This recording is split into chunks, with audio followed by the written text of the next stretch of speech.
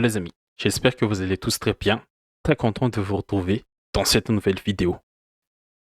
Que du spectacle ce soir, quel spectacle de fou ce soir.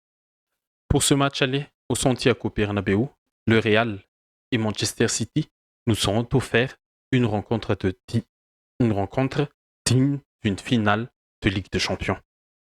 3 partout au coup de sifflet final, les deux équipes se sont donné des coups par coups tout au long de la rencontre pour nous donner un match retour qui risque encore une fois d'être spectaculaire.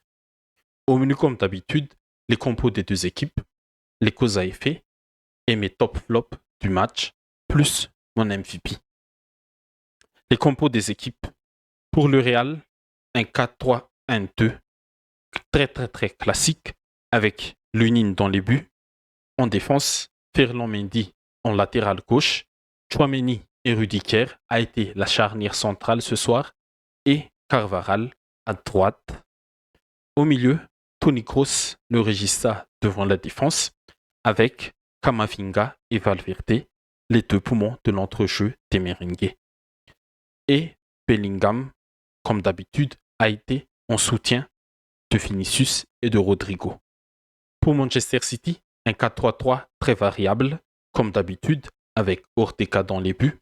En défense, 4 défenseurs centraux, comme à son habitude pour Pep, avec Gvardiol à gauche, Ruben Dias et John Stones l'axe central et Akanji à droite, en l'absence de Kyle Walker blessé.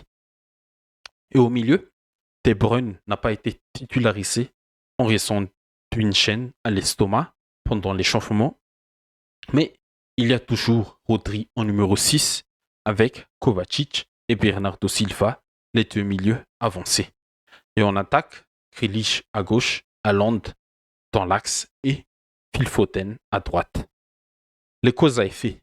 Le premier point, c'est, je vais l'intituler, 2-1 en 15 minutes. 3 buts en 15 minutes, c'est très logique vu le rythme et l'intensité mise par les deux équipes durant ces premiers quarts d'heure. City a offert le score grâce à Bernardo Silva à la 2e minute avec son coup franc plein de malice. Mais le Real, c'est le Real. Sur cette première mi-temps, je pense que les merengues ont gagné le rapport de force tactique et psychologique.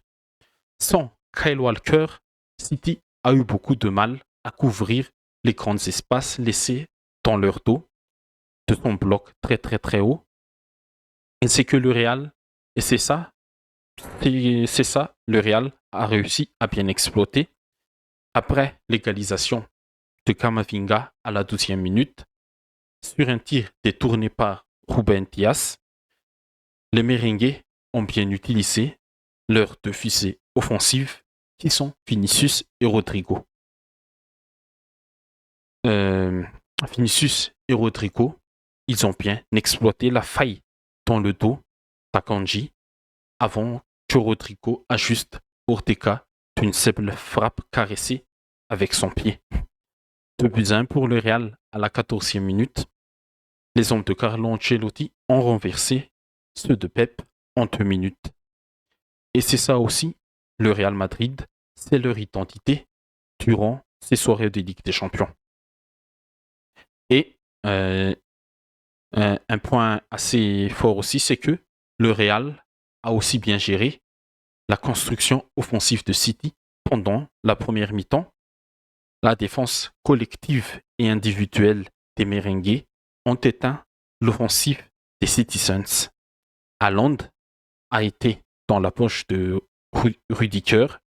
Foden, Bernardo Silva n'arrivait pas à se trouver entre les lignes. Rodri, il a perdu des ballons. Grealish n'a pas été percutant contre Carvajal sur son côté. Et Vinicius, Rodrigo et Bellingham ont beaucoup été pour densifier le bloc défensif du Real.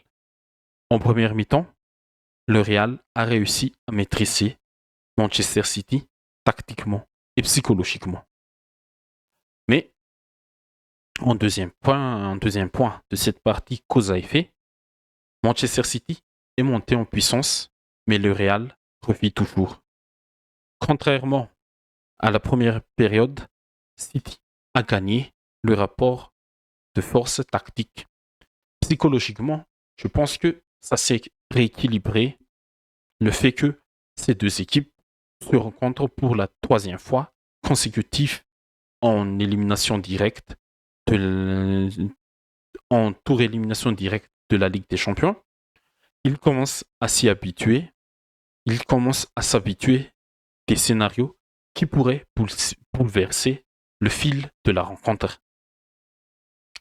Et les efforts individuels pour le collectif ont payé sur le capital physique des merengues. Ils n'ont pas tenu le rythme et c'est ce qui a permis à Manchester City de monter petit à petit en force. Et City a réussi à trouver Foden entre les lignes. Bernardo et Grealish ont été plus percutants sur leurs côtés respectifs. John Stones et Rodri se sont projetés un peu plus pour créer le surnombre. Mais City s'est retrouvé grâce au fait qu'ils sont toujours confiance à leur manière de jouer et aussi que le Real a baissé en intensité pour défendre surtout. Et à la 66e minute du jeu, Foden nettoie la lucarne de Lunin et égalise pour son équipe. Le but, c'est un but à la City. Passe-passe dans le centre de terrain entre les milieux et les défenseurs. Projection de Rodri qui décale Bernardo Silva sur son côté. Et Bernardo Silva trouve John Stones entre les lignes du milieu et du défense du Real de Madrid. Et ça a créé le surnombre qui a laissé Foden tout seul son marquage et l'Anglais a mystifié la Maison Blanche avec cette superbe frappe. Et 4 minutes après, City recrée la même action, mais cette fois-ci, un décalage sur le côté de Grealish avant que Gvardiol envoie une autre patate dans le petit filet de Lunin. 3-2 pour Manchester City. Le match est une nouvelle fois renversé, mais cette fois-ci par les sombres de Pep Guardiola. Mais, comme à son habitude, le Real, c'est le Real, surtout en Ligue des Champions. Le Real peut toujours revenir dans ces moments difficiles et grâce aux changements faits par Ancelotti, des changements qu'il aurait dû faire un peu plus tôt avant le but de Phil Foden, mais grâce aux rentrées de Modric et de Brahim Diaz, le Real a pu retrouver un second souffle et à la 79e minute, Fede Valverde égalise une nouvelle fois. L'action de but est aussi bien construite cette fois-ci, pas une contre avec Vinicius ou Rodrigo, mais Camavinga a bien récupéré le ballon face à Bernardo Silva au milieu du terrain. Et Modric s'est bien projeté afin de décaler Vinicius sur le côté gauche. Et la passe de Vinicius pour Valverde, c'est cette passe qui fait tout, car Valverde met un autre banger dans cette rencontre. Et si vous pouvez revoir l'image de cette action, il faut bien aussi regarder les mouvements de Bellingham et de Brahim Diaz.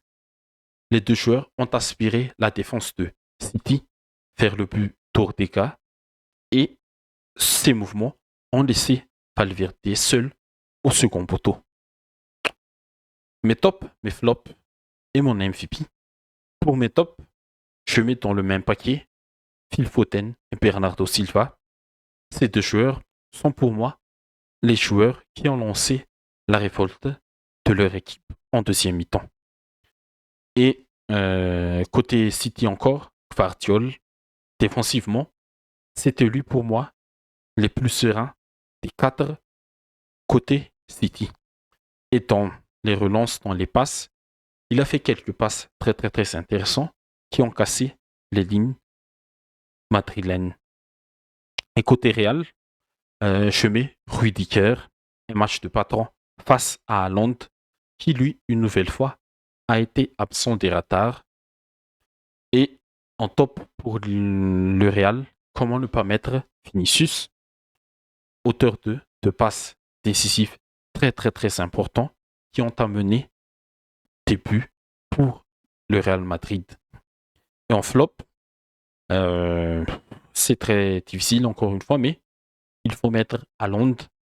Je ne remets pas son niveau global, mais Haaland n'a pas encore, n'a rien apporté à City dans ce type de match. Et on l'a déjà vu contre Arsenal, contre Liverpool. Il a un peu de difficulté, surtout quand Kevin De Bruyne n'est pas là. Et Bellingham, je ne remets pas aussi en question son niveau général, mais l'anglais n'a pas été vraiment au top ce soir. Peut-être aussi que Vinicius et Rodrigo étaient les armes offensives principales côté merengue. Et du coup, Real et City font match nul 3-3, mais le spectacle fut au rendez-vous. Le match retour à l'Etihad sera chaud bouillon et on a déjà très hâte pour mercredi prochain. Et l'autre match de ce soir, c'était Arsenal-Bayern. Ils ont fait aussi match nul de partout à l'Emirates et on débriefera peut-être ce match demain. Mais c'est tout pour la vidéo les amis. N'hésitez pas à liker, à commenter, à partager si vous l'avez aimé comme d'habitude. Et surtout, n'hésitez pas à vous abonner si vous ne l'êtes pas encore pour ne pas rater les prochaines vidéos. Merci à vous tous et à la prochaine.